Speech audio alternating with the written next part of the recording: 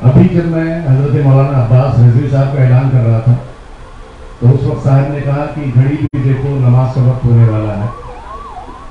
साहब जब अभी से इतना ख्याल कर रहे हैं तो आप समझ सकते हैं कि हमें कितना चाहिए।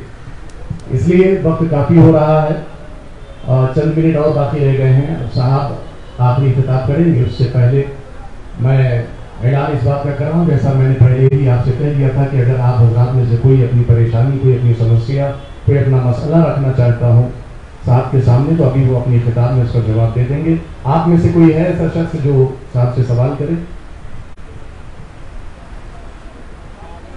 हमारे उलमा किराम भी सवाल कर सकते हैं।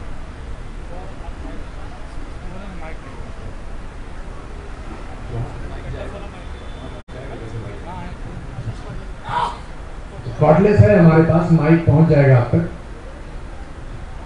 जिन्हें अगर कोई सवाल करना हो तो वो साहब से सवाल कर सकते हैं।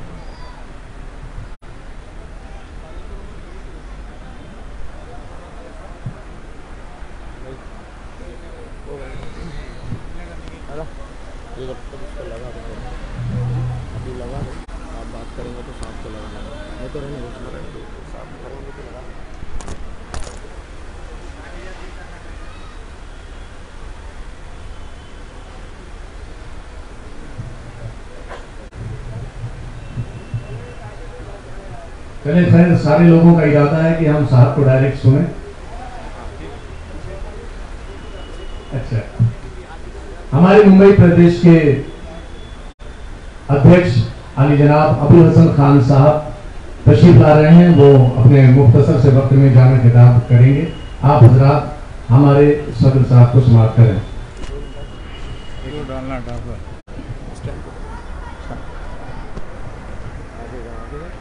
बस ठीक है ना, क्यों है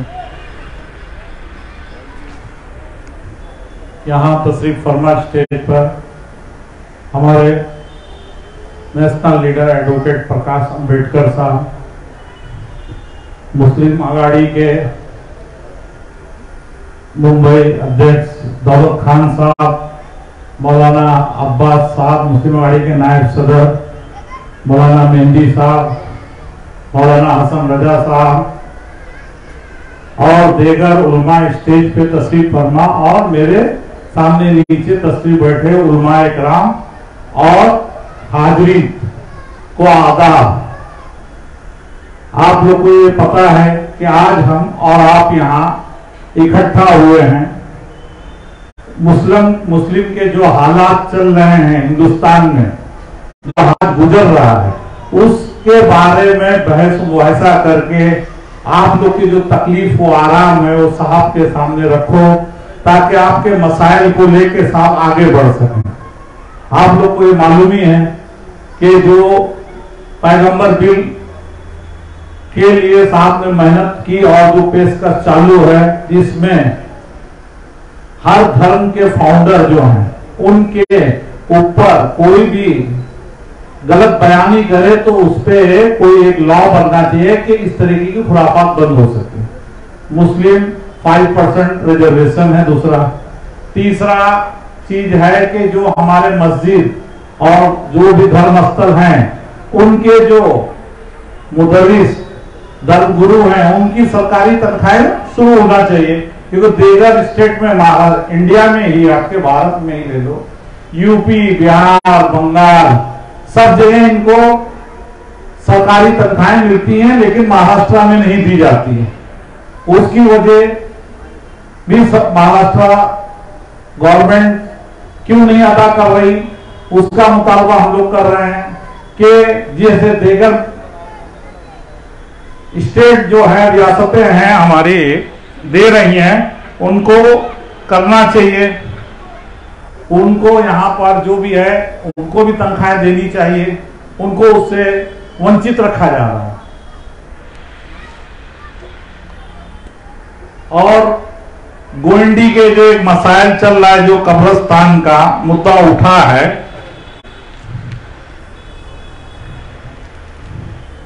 इस मसाइल को मैं साहब तक पहुंचाऊंगा और इस चीज के जो मसले उठे हैं, जिस कब्रिस्तान की जगह का जो हमारे वंचित बहुजन ने उसका सर्वे भी किया है। इस मसाइल को हम लेकर आगे जाएंगे और इस मसाइल को जल्द से जल्द हल कराने की कोशिश करेंगे। और आप लोगों को कहना यह है कि अभी सर पे इलेक्शन भी है। आपको अच्छी तरीके से मालूम है कि कुछ ताकतें संविधान को खत्म करने की कोशिश कर रही हैं। वो लगी पड़ी हैं कि एक संविधान जो बाबा साहब अम्बेडकर ने लिखा था, जिसकी वजह से इस भारत देश में हम और आप सर उठाकर जी रहे हैं, जिसको कुछ मानववादी ताकतें लगी हैं कि उस संविधान में कुछ चेंजेस करें। अगर आपको संविधान में कोई तब्दीली या चेंजेस नहीं चाहिए तो आपको एक इकट्ठा होकर एक प्लेटफॉर्म पे आना होगा। एक प्लेटफॉर्म पे आके उनको पिछाड़ के वंचित बहुजन आघाड़ी को या उसके अलायंस को आपको काफी हद तक मजबूत करना ही होगा। और जो भी मुस्लिम मसाइल हैं, अभी आप लोग को जो आए हैं, आप लोग को जो रखना है, जैसे अभी गुजरात में चल रहा है नूह में, जहां पे मुसलमानों को तकलीफें दी जा रही हैं, या अभी ट्रेन का मसला देख लो, या कुछ मसाइल जैसे आपके औरंगजेब रहमतुल्लाह अलैहि पे कुछ लोग राजनीति कर रहे थे, तो साहब जाके उनकी कब्र पे गुलपोशी करके सारी राजनीति को खत्म कर दिए। तो अभी कुछ लोग उसको फिर हवा देने लगे हैं। पहले मैं पूछता वो लोग कहां थे? पहले तो उनको जाके गुलपोशी कर लेना चाहिए। जब वो सब मामला खत्म हो गया तो उसे दोबारा फिर विधानसभा में उठा के उसे हवा देने की कोशिश कर रहे हैं। तो इस मामला को समझें, क्योंकि वो आपके इलाके के ही रहनुमा है। आप ही का कीमती वोट से उन्हें आपने ही विधान भवन भेजा है। आप ही के विधान भवन के कब्रिस्तान में मुर्दे 2 साल से देख रहे हो जो तकलीफें हैं, या कब्रिस्तान की जगह एक्वायर कर ली गई है, उस पर आवाज नहीं उठाते हैं। जो मामले दफन हो चुके हैं उसको विधान भवन में दोबारा उसको उठाने की कोशिश कर रहे हैं। बस इन्हीं सब चीजों को मैं बोलते हुए आपको से विदाई लेता हूं। जय हिंद।